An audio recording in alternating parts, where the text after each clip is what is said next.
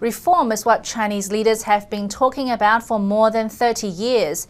In 2013, it remains the Communist Party's general political direction.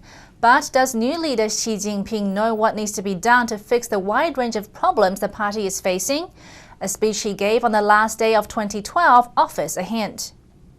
On New Year's Eve, Xi Jinping gave a speech to China's leaders about the new year ahead. During his talk, he made it clear that China needs to reform. But he also made it clear that the reform would be within the current political system. State-run Xinhua reported Xi as saying the road ahead would be like crossing the river by feeling the stones. It's a saying coined by Chinese revolutionary Deng Xiaoping 3 decades ago. Chief editor of China Affairs magazine Wu Fan says this shows the Communist Party doesn't know how to proceed. It's important to have a path, know how to take each step. They should have a plan, yet they're still feeling the stones. Actually, there are no stones for them to touch, they're way too deep. Xi also stressed the need to keep society stable. That was the mantra of his predecessor Hu Jintao.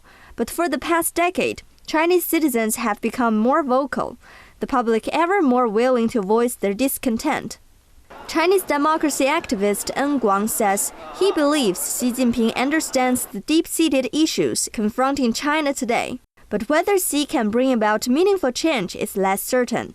He may undertake partial reform, but it will only apply to the lower levels of power. He may introduce things like social security and address some of what's fueling discontent, but he will not discard the so-called Chinese characteristics the regime clings onto for power.